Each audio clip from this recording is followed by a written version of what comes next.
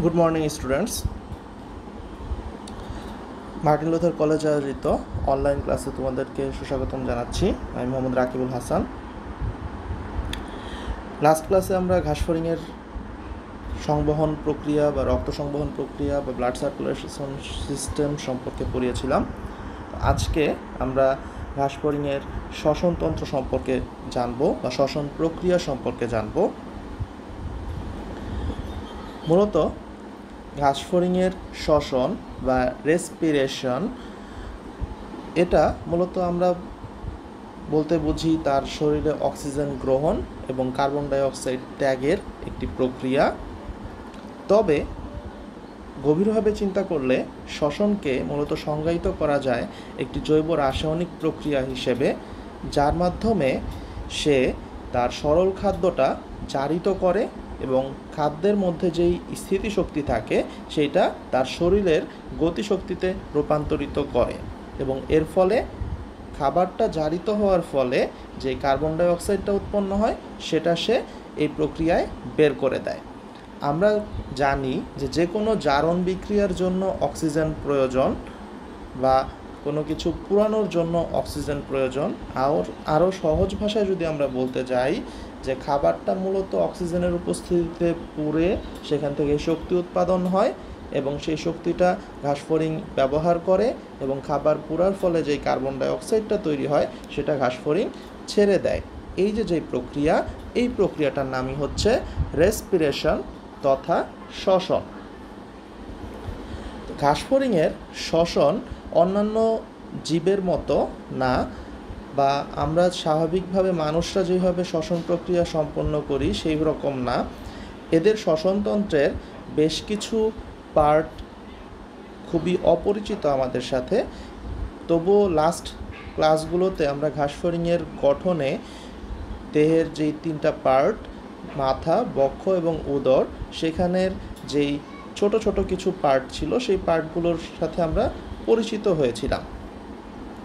সেখানের একটা গুরুত্বপূর্ণ পার্ট যেটা হচ্ছে শ্বাসরন্ধ্র, এটা হচ্ছে ঘাসফড়িংয়ের শ্বাসরন্ধ্রের ঘাসফড়িংয়ের শ্বসনতন্ত্রের জন্য খুবই গুরুত্বপূর্ণ একটি অঙ্গ। এছাড়াও ঘাসফড়িংয়ের শ্বসনতন্ত্রে ট্রাকিয়া, ট্রাকিওল এবং বায়ুথলি, এই চারটা যেই পার্ট, এই পার্টগুলোই মূলত ঘাসফড়িংয়ের শ্বসনতন্ত্রে সবচাইতে প্রধান ভূমিকা পালন করে থাকে। চলো বিস্তারিত জানি। ঘাসফড়িংয়ের শ্বাসরন্ধ্র ইংরেজিতে বলে, এটার নাম হচ্ছে স্পাইরাকল। স্পাইরাকল।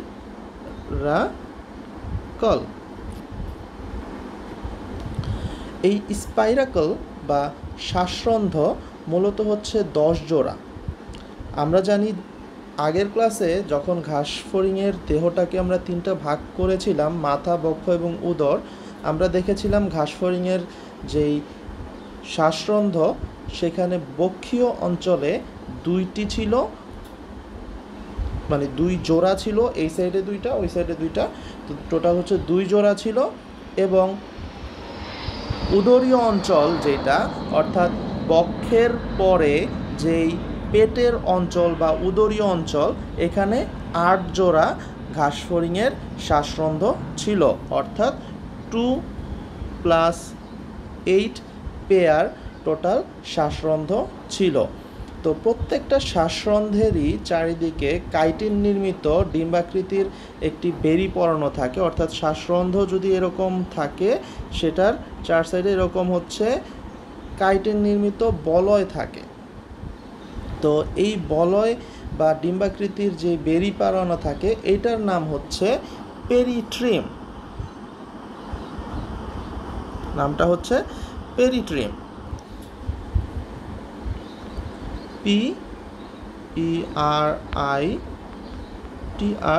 PERITREME, পেরিট্রিম। তো এই পেরিট্রিমটা মূলত হচ্ছে এটা যেই শক্ত আবরণ হিসেবে কাজ করে, যার কারণে শ্বাসরন্ধ্রটা বন্ধ হয়ে যায় না। তো শ্বাসরন্ধ্রের মূলত এই বিশেষ ধরনের পেশি নিয়ন্ত্রিত কপাটিকা বায়ুর কপারটিকার মাধ্যমে বাতাসটা প্রবেশ করে এবং শ্বাসরন্ধ্রের ভেতরের দিকে সূক্ষ্ম লোমযুক্ত একটা ছাঁকনি যন্ত্র থাকে, যা কিনা ধুলাবালি পরিস্রাবনে ভূমিকা পালন করে। একটু ছবির মাধ্যমে দেখি, চলো। এই হচ্ছে ঘাসফড়িংয়ের শ্বাসরন্ধ্র। তো শ্বাসরন্ধ্রের প্রথমেই বললাম যে বাহিরের যেই শক্ত আবরণ সেটার নাম হচ্ছে পেরিট্রিম, আর এই রন্ধ্রের নামটাই হচ্ছে স্পাইরাকল। এখানে এই যে দেখো পরিস্রাবন যন্ত্র হিসেবে লোমের মতন একটা পার্ট ভূমিকা পালন করে, যা কিনা ধুলাবালিটা পরিস্রাবন করে বা ধুলাবালি ছেঁকে ফেলে। এইটাই দেখা যায় অ্যাট্রিয়াল, এই যে প্রকোষ্ঠ, এই প্রকোষ্ঠটার নাম অ্যাট্রিয়াল প্রকোষ্ঠ, এবং এখানে ছোট্ট একটা কপারটিকা আছে। এই কপারটিকার মাধ্যমেই মূলত বাতাসটা শ্বাসরন্ধ্র থেকে ভেতরে ট্রাকিয়াতে প্রবেশ করে। তো আগের ছবিটাতে দেখি, এখানে দেখো ঘাসফড়িংয়ের শ্বাসরন্ধ্রের পরেই কিন্তু ট্রাকিয়ার অবস্থান। এখানে দেখো শ্বাসরন্ধ্র দেখানো হয়েছে। এই শ্বাসরন্ধ্রর পরেই যেই নালীটা বায়ুথলি পর্যন্ত প্রবেশ করে অথবা প্রত্যেকটা সেল টু সেল যায়, তো সেই পথটার নামই হচ্ছে ট্রাকিয়া। মূলত ট্রাকিয়া হচ্ছে শ্বাসরন্ধ্রের থেকে দেহের ভেতরে অ্যাট্রিয়ামের নামক একটা গহ্বরে উন্মুক্ত হওয়ার পথ। চলো আমরা ছবিতে দেখি একটু বিস্তারিত। এখানে মূলত ঘাসফড়িংয়ের ট্রাকিয়াটাকে স্পষ্ট করা হয়েছে। এই যে শ্বাসরন্ধ্র থেকে ট্রাকিয়া হয়ে মূলত হচ্ছে বাতাসটা ট্রাকিওল যেই কোষ, সেই ট্রাকিওল কোষ হয়ে সর্বশেষ হচ্ছে দেহকোষে প্রবেশ করে। মূলত এই যেই ট্রাকিয়া, এটা সূক্ষ্ম এবং স্থিতিস্থাপক এবং একটোডার্মাল একটা নালী, যা শাখা প্রশাখায় ভাগ হয়। দেখো ট্রাকিয়াটা এখানে 3টা ভাগে ভাগ হয়ে গিয়েছে, অর্থাৎ 3টা শাখায় ভাগ হয়ে গিয়েছে। এখানে 2টা শাখায় ভাগ হয়েছে, শাখা প্রশাখায় ভাগ হয়েছে, এবং দেহের অঙ্কীয়, পৃষ্ঠীয় এবং পার্শ্বীয়ভাবে প্রধান ট্রাকিয়াগুলো সম্মিলিত হয়ে অনুদৈর্ঘ্য ট্রাকিয়াল কাঠামো গঠন করে। এবং এদের বাহিরের অ্যাপিডার্মিসটা মূলত হচ্ছে গঠিত ভিত্তিঝিল্লি বা বেসমেন্ট মেমব্রেন, এবং মাঝখানে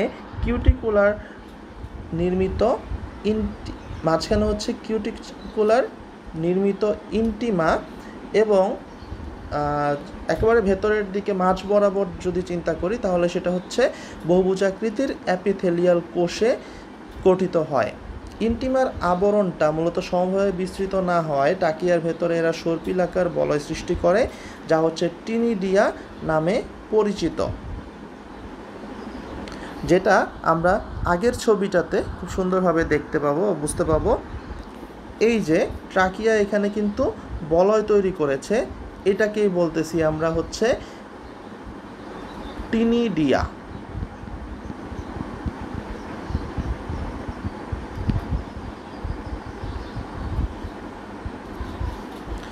তো এই টিনিডিয়া মূলত হচ্ছে দেখা যায় যে বাতাস কমে গেলেও টিনিডিয়া ট্রাকিয়াটাকে চুপসে যেতে দেয় না, মূলত ট্রাকিয়াটাকে ফুলিয়ে রাখে বা প্রধানত হিমোসিলে অবস্থান করে এই ট্রাকিয়াটা, অর্থাৎ উন্মুক্ত যেই ব্লাড সার্কুলেশন প্রসেস, সেই হিমোসিলে অবস্থান করে এই ট্রাকিয়া। এটার কাজটা কি? ট্রাকিয়ার প্রধান কাজ হচ্ছে এরা শ্বাসরন্ধ্র দ্বারা দেহের বাইরের সাথে আর ট্রাকিওল দ্বারা ভেতরের সাথে যোগাযোগ রক্ষা করে, অর্থাৎ ট্রাকিয়ার পরের যেই ব্রাঞ্চ সেটাকেই কিন্তু আমরা বলতেছি ট্রাকিওল, অর্থাৎ যেই ফোর্থ, যেটা বায়ুথলি সর্বশেষ, এর আগের যে স্টেজ ট্রাকিয়ার পরে থার্ড যেটা স্তর শ্বাসতন্ত্রের, সেটা হচ্ছে ট্রাকিওল। তো ট্রাকিওলটা মূলত হচ্ছে ট্রাকিওল সেল থেকে বা ট্রাকিওল কোষ থেকে বের হয়। তো ট্রাকিওল কোষটাই মূলত হচ্ছে ট্রাকিয়া থেকে উৎপন্ন হয়। ছবিতে আসি, দেখো প্রত্যেকটা ট্রাকিয়াই মূলত হচ্ছে দুইটা ভাগে ভাগ হয়ে গেল, যেটা কিনা ট্রাকিওল কোষ বলে। এইগুলোই পরবর্তীতে হচ্ছে ট্রাকিওলে ভাগ হয়। তো ট্রাকিওল কোষগুলো মূলত বহুভুজাকৃতির কোষে গিয়ে সমাপ্ত হয়।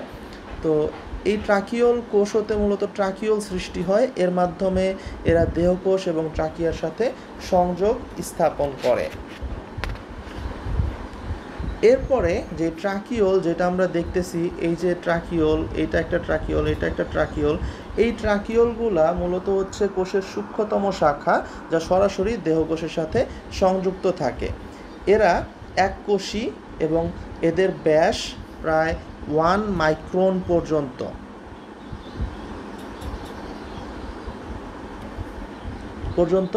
হয়ে থাকে। তো এদের কোনো কিউটিকুলার আবরণ থাকে না, যেটা ট্রাকিয়াতে আমরা দেখেছিলাম একটা কিউটিকুলার আবরণ থাকে, অর্থাৎ ট্রিনিডিয়া থাকে। বাট এটার ক্ষেত্রে কোনো, ট্রাকিওলের ক্ষেত্রে কোনো দেখা যায় যে কোনো আবরণ, কিউটিকুলার আবরণটা থাকে না। সর্পিলাকার বলয় নালীও থাকে না, কোনো শাখা প্রশাখাও এদের থাকে না। সাধারণত এগুলো ট্রাকিওল রস নামক কোষীয় তরল দ্বারা পূর্ণ থাকে।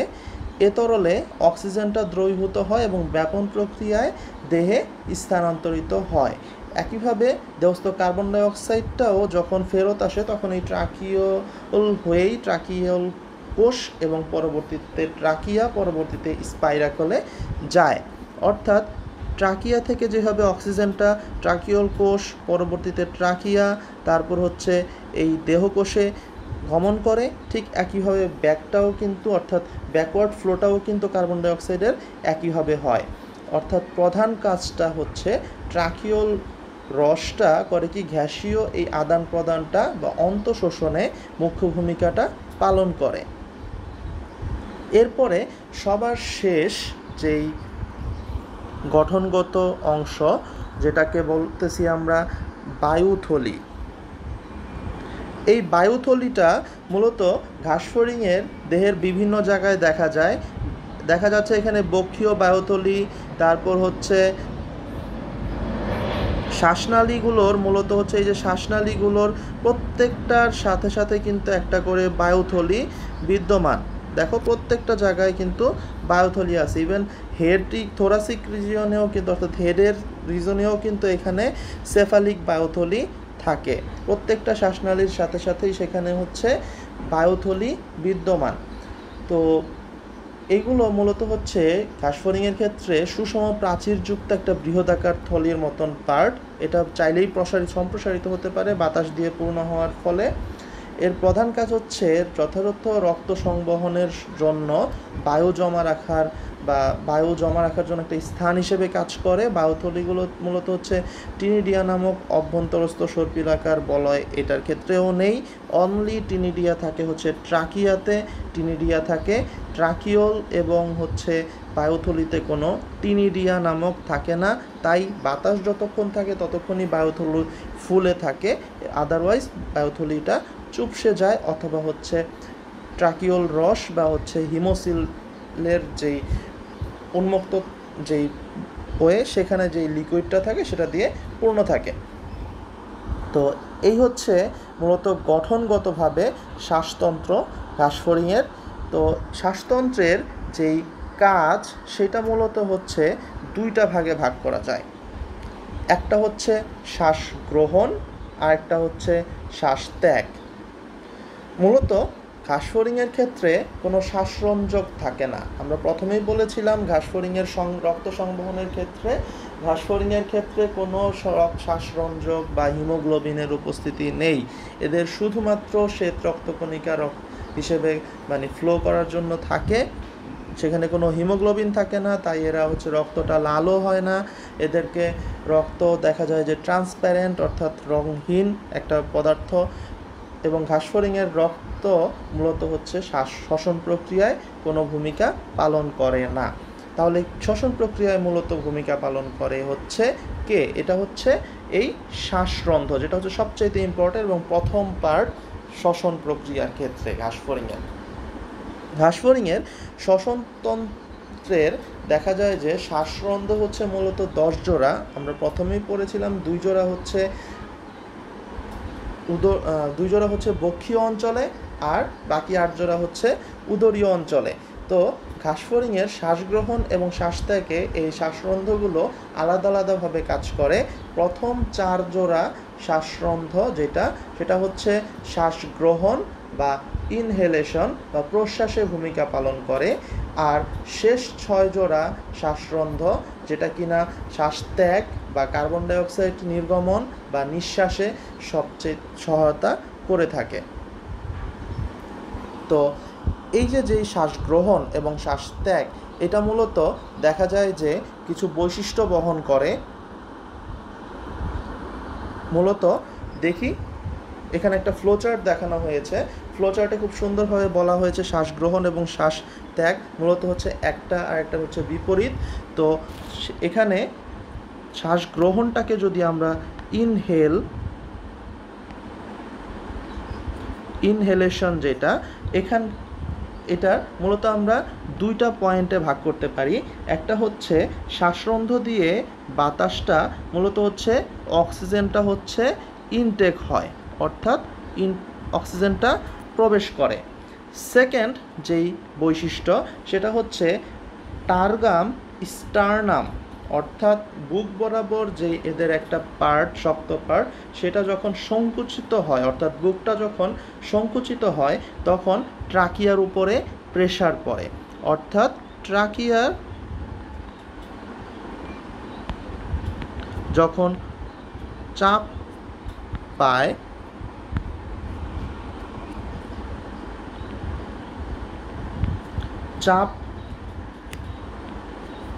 পরে যখন ট্রাকিয়ায়,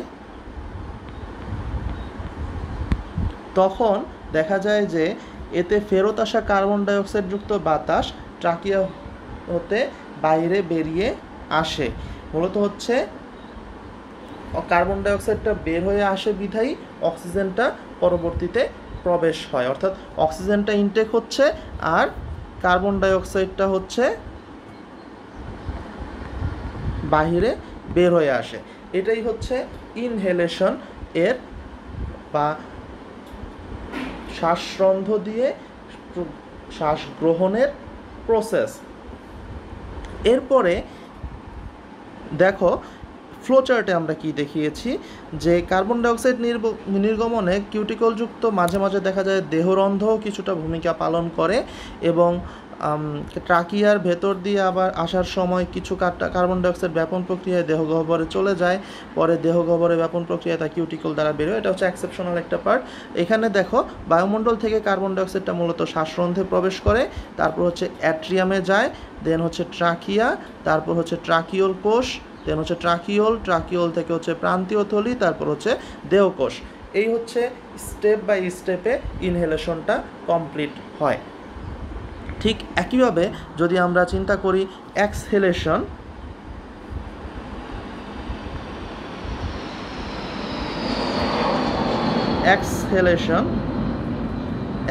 ক্ষেত্রে কি হয়? এক্সহেলের ক্ষেত্রে দেখা যায় যে ঠিক একইভাবে 2টা পয়েন্টে হয়। এক্সহেলেশন বলতে আমরা বুঝি যে কার্বন ডাইঅক্সাইডটা বহির্গমন বা ঘৃত অক্সিজেন ট্রাকিওল এবং বায়ুথলি থেকে দেহকোষে পৌঁছানো, অর্থাৎ ট্রাকিয়া থেকে ঘৃত যেটা অক্সিজেন হয়েছিল সেটা ট্রাকিওল বা বায়ুথলিতে হয়ে দেহকোষে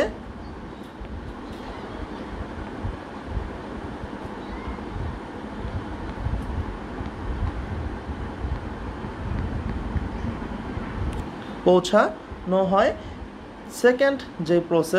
সেকেন্ড কথা সেটা হচ্ছে কোষস্থ যে কার্বন ডাইঅক্সাইড সেটি বায়ুথলি এবং ট্রাকিওল হয়ে ট্রাকিয়াতে পৌঁছায়, অর্থাৎ কার্বন ডাইঅক্সাইডটা ট্রাকিয়াতে যায় এবং সেখান থেকে দেখা যায় শ্বাসরন্ধ্র হয়ে বের হয়ে যায়, শ্বাসরন্ধ্র হয়ে মূলত হচ্ছে বাইরে বেরিয়ে আসে।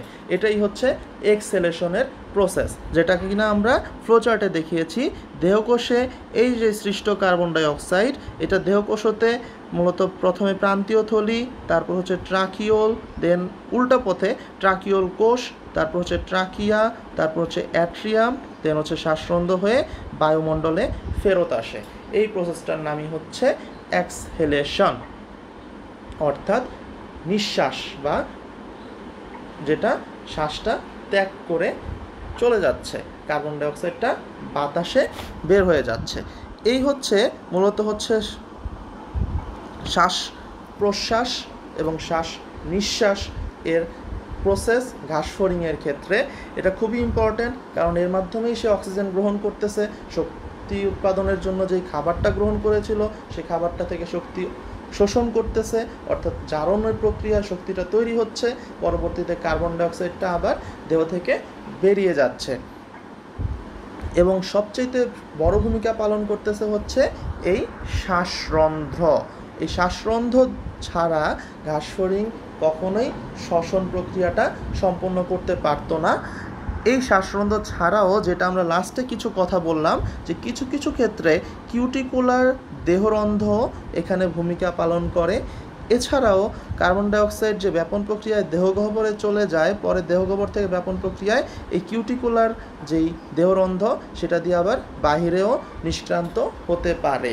অর্থাৎ কিউটিকুলার দেহরন্ধ্র মাঝে মাঝে কিছুটা কার্বন ডাইঅক্সাইড এবং অক্সিজেন গ্রহণ বা বর্জনে সহায়তা করে। তো এই ছিল মূলত ঘাসফড়িংয়ের শ্বসন প্রক্রিয়া বা রেসপিরেশন প্রক্রিয়া। আমরা মানুষের ক্ষেত্রে শ্বসন প্রক্রিয়া পড়ব আগামীতে। তো তখন আমরা দেখব ঘাসফড়িংয়ের শ্বসনতন্ত্রের মতন এতটা সহজ সরল না, সেখানে দুই ভাগে ভাগ করা যায়, যেটা অন্তঃশোষণ বা বহিঃশোষণ।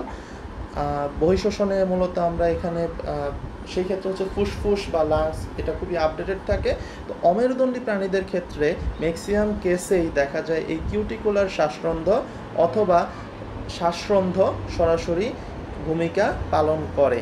তাই অমেরুদণ্ডী প্রাণীর জন্য আইডিয়াল হিসেবে বা সবচেয়ে উন্নত হিসেবে ঘাসফড়িংকেই আমরা পড়লাম প্রাণী পরিচিতি হিসেবে। আশা করি সবাই ক্লাসটি বুঝতে পেরেছ। রিসেন্টলি একটা মেসেজ গিয়েছে তোমাদের সবার কাছেই, তোমরা যাতে ক্লাসটা কতটুকু দেখতে পাচ্ছ বা ক্লাসটা কতটুকু বুঝতে পারছো, অনুসরণ করছো কি না, এর জন্য তোমাদেরকে অ্যাসেসমেন্ট টেস্টের একটা ব্যবস্থা করা হয়েছে। আশা করি 26 তারিখে তোমরা উপস্থিত থাকবে। একটা কোয়েশ্চেন পেপার দেওয়া হবে এবং তোমাদের সাথে সাথে স্ক্রিপ্ট পেপারও দেওয়া হবে। তো তোমরা স্ক্রিপ্ট সঠিকভাবে লিখে তারপর সেটা পরবর্তীতে একটা ডেট থাকবে, সেই ডেটে তোমরা জমা দিবে। মূলত আমরা অনলাইন ক্লাসগুলো যেগুলো নিয়েছি এগুলোর উপর বেস করেই কোশ্চেনগুলো হবে। সো আশা করি তোমরা ক্লাসগুলো ভালো করে দেখতেছো এবং বুঝতেছো। উপস্থিত থাকবে, ক্লাসে উপস্থিত থেকে বিভিন্ন কমেন্ট করবে না বুঝলে, এবং তোমাদের কমেন্ট দেখেই আমরা বুঝতে পারি আসলে হচ্ছে তোমরা কতটুকু ক্লাসটা অনুসরণ করছো। সেটা লিখিতভাবেই চাই বলেই সেটা অ্যাসেসমেন্ট টেস্টের এই ব্যবস্থা। আশা করি সেটা তোমরা সুন্দরভাবেই গ্রহণ করবে এবং পরীক্ষায় অংশগ্রহণের মাধ্যমে অ্যাসেসমেন্ট টেস্টটা সফল করবে আমাদের এই প্রক্রিয়াটা। তা সবাই বাসায় থাকবে, বাইরে বেরোলে অবশ্যই মাস্ক পরে বের হবে। সবার সুস্থ দেহ কামনা করে, সুস্থ মন কামনা করে এবং সুস্থ শরীর কামনা করে সবারকে শুভকামনা জানিয়ে আজকের ক্লাস এখানেই শেষ করছি। সবাইকে অসংখ্য ধন্যবাদ কষ্ট করে ক্লাসটি দেখার জন্য। Thank you.